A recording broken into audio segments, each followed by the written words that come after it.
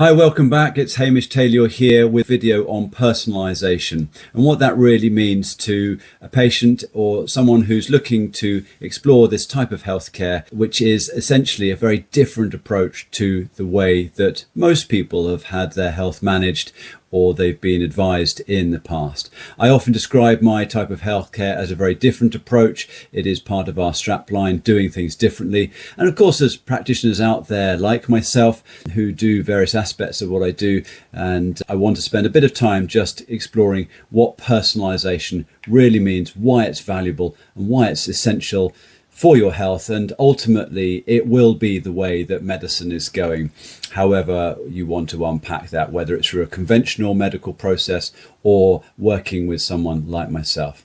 So personalization in the healthcare field is exactly as it sounds. It is making it unique and pertinent to you. But why is that important? Well, first of all, you're obviously a human being and you bring to this world your genetics from conception. And at that moment, you are then bringing all of the environmental impacts to bear on your genetics. And that essentially ends up with this thing that's got a scientific name called your phenotype. And your phenotype is essentially the sum outcomes of all of those interactions of your genetics with the environment, with your life, essentially. And you are the sum total of that up until the point of now. So what does that mean? Well, I've got a bit of a cheat sheet here so I don't miss anything out. But what I wanted to explore was, how does that make such a difference? Well, first of all, your age, your experiences in life will have a profound influence on what's going on. And of course, if that's not taken into consideration with part of your health, then clearly that's a big missing part of that. And we don't want that to be the case. Now, that's pretty obvious. Your gender, your age, all of that stuff is usually pretty obvious and considered. However, what most people don't realize is that as you reach over 18, suddenly you are in a normal blood range for everything. Gender specific, yes, but you're in a normal blood range with anyone who 80 plus, 108, you're still in that normal range. And what's important here, and we'll do a more specific video on blood ranges later, but what's important to realize is that the metrics are wrong from the beginning. And instantly you're lumped into this huge group of people that may have nothing in common with you whatsoever. For a start, 18 to 108 is a massive range, but also most bloods are taken by ill people, people in hospital, or people who are old. And that's just part of the metrics that drives a lot of these normal ranges. And we want to explore from a personalized point of view, what is optimum to you. So certainly understanding that is going to be incredibly important. And instead of looking at the individual markers just as standalone events, we also look at them as part of a whole picture. But I'm diving into bloods and I'm going to do a separate video on that in due course. But obviously your lifestyle, where you live, and indeed when you lived, in the sense that did you have a childhood that was a long time ago now or only finished a few months ago, that's going to have a huge influence on your health and how you go about your life, what stresses and influences are there from early years right through to now, all going to have a big influence on your uniqueness. Your stress events. Are you recently divorced? Have you had some horrific scenarios occur to you? Have you had a situation where you've had to move countries or move house or bereavements? Those sorts of things. Now, some things can be small and they can have a massive impact on the individual, and some things can be massive and actually have quite a small impact on the individual at that time. And we certainly want to explore those sort of elements. So your unique phenotype we've covered, and that is going to be a big part of what we're constantly looking at, whether it's from the biochemical point of view of your bloods, the biomechanics of your body, and also your psychology. So your genetics have a huge role to play, and it's one of the tests that we do regularly in clinic is to look at your genetic profile. This then has a knock-on influence on lots of different elements that are unique to you. This is where it gets personal very quickly indeed. Your ability to detoxify alcohol, for example, your ability to manage your female specific hormones or indeed any of your hormones. So as a woman, your genetics play a huge role in your your ability to modulate your hormones throughout a menstrual month, and obviously going through perimenopause and menopause can have a big role to play too. So we test your hormones throughout that time. We tend to work with saliva because it's a very quick and immediate snapshot of what's going on, and we will always look at this throughout an entire menstrual month if it's relevant to you. And I often say to my patients, especially those who are suffering from PMS, PMT, PMDD, these sorts of things, that you are unique and you are uniquely variable. So you are unique and you are uniquely variable. And that is why a lot of HRT doesn't always work for all women. It's seen as a bit of a catch-all, and it just doesn't always have the outcomes that people often expect. But knowing your genetics will certainly help you understand where your weaknesses may lie, and indeed your strengths. We often see patients who have very good genetics who've allowed themselves to get away with certain elements that wouldn't be tolerated by other, and often people with fairly poor genetics often have extremely good health because they've had to keep themselves on track, and they can't deviate much from an optimum protocol. So the genetics are very important, and obviously your bloods. We do look at your bloods in a lot of detail, and this is something that I've studied extensively now for at least a decade, and we're getting better at it every year. The great thing about my work is that we can implement new advances very quickly, and I often enjoy it when patients come back to me after maybe 5 years away, and suddenly we can do a whole lot more than we knew about before. And again, that uniqueness and understanding them through their blood work is crucial to bring this bespoke element. And then we get into things that we can't really guess at. We can do some good testing for something like food intolerances, and the one that we like and use most of all, I think, is a great name. It's called the food print. Obviously, like fingerprint, it's unique to you, and that can give us a good idea of what foods that you are uniquely struggling with and help build protocols that are clearly and obviously personal to you. Just finding out though what your sensitivities are is not good enough. Just finding out what your intolerances are is not okay, because what happens is you might just think, great, I'll get rid of those foods out of my diet. But the problem is you don't fix the underlying problem.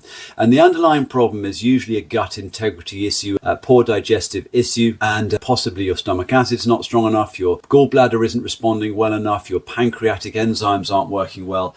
And this can lead to all sorts of microbiome changes, which again, we would test for. They're unique to you. Obviously, people can have parasites, and we can also have potentially pathogenic bacteria. We can have potentially pathogenic fungi infections, and these again are very difficult to guess at. We can make some assumptions, but to know what's unique to you does require this testing, and again, this personalization rapidly becomes very powerful in the right hands. So we work with various different tests to look at your microbiome and see how well that's working, and that will depend obviously if you've had lots of antibiotics, possibly throughout your lifespan or as a child, possibly for ear infections and tonsillitis and things like that, but also if you've had significant travel abroad outside of Western countries and been exposed to things that your immune system might still be working on. Another element of uniqueness is your heavy metal profile, often overlooked because it's complicated, but it shouldn't be. We see a lot of patients here down in Plymouth from the dockyard and in the construction industry who've got significant exposure to these things, and that can be important to understand pretty early on, as it has a big impact on various parts of your nutritional status and your nervous system. So we've covered the gut microbiome, we've covered food insensitivities and intolerances, we've covered your blood and your DNA and looking at those digestive elements and your hormonal basis. Understanding your hormones are unique to you, and your genetics have a big role to play in that. Your microbiome has a big role to play in how you metabolize your hormones. And so when we combine all these things together, we get this unique understanding of what's happening for you. This is obviously an introductory video on the uniqueness and the personalization. But it goes a step further. Once we've got all that information, and we don't need it all at once, a huge part of naturopathic training and nutritional training is actually asking the right questions and knowing how to interpret the answers. So often we don't need a lot of testing to start with, and we tend to only test in clinic when we're really scratching our heads or it's going to fundamentally change the course of the treatment. But another area of personalization is then, what do we actually do with that information? Well, clearly we're going to start just in the same way with the human being and get those foundations right. We will be looking at how you interact with your food, what food choices you're making, how your lifestyle is compatible or not with your genetics, with your structure. We'll look at your exercise routines and regimes, and we'll look to try and explore how we can take from nature what works and is powerful to keep you well, and then build it into your modern lifestyle. That is quite a challenge. And again, definitely, as will be often the phrase in these initial videos, a subject for another video is looking at the natural stresses and the positive stresses that we can get. Now, obviously, your nutritional choices are always going to be personal to you, but we can start to build a nutritional protocol that can really help you, but still be versatile for you, enjoying your life, enjoying elements of socializing where you can get out and still enjoy yourself and not be too neurotic. You'll hear this theme throughout my videos, and I will stop saying this now, but we just want to avoid neuroticism as much as possible. Thinking about things well, being diligent, having some good discipline, that can make a huge difference. But when we're overthinking it and getting wound up with decision making and not being able to make the right decision because there's too many choices, that can be paralyzing and certainly not healthy. And the final element of this personalization is personalized supplementation. Now, I think it is important to recognize that most people in a modern world with a very ancient set of genetics making up their body, living on modern food, expected to exist in a modern environment and work in a modern way, do need some external supplementation. And that is something that we are developing all the time, is this personalized supplementation, which is extremely cost effective. It takes a bit of time to put together, but that is something that has really, I think, provided me with the impetus to make this video, is to make sure that we understand that personalization is where it's going. It's the way you are going to get the most out of your health, is recognizing that you are unique and uniquely variable. So I hope that's been a good introduction to personalization. It's going to be another anchor for a few other videos that will drive on that. We're going to be looking at all the different types of tests that we use in due course. We're going to do some unboxing of some of those because some of them are quite confusing, so that we make sure that people can actually do the test properly without getting stressed out about doing something positive for their health. And that's what makes personalised naturopathic care so important. I haven't needed to use any disclaimers yet because I haven't been giving out any actual health advice, but obviously if you've got any questions that relate to you personally and you need those answers, then don't hesitate to get in touch with someone that's been recommended to you. And obviously if that needs to be me, then the details are on the website, the plymouth.naturopathicclinic.co.uk, and you can send me an email, info@plymouth.naturopathicclinic.co.uk, and all our information obviously is on the website. So I hope that's useful for now.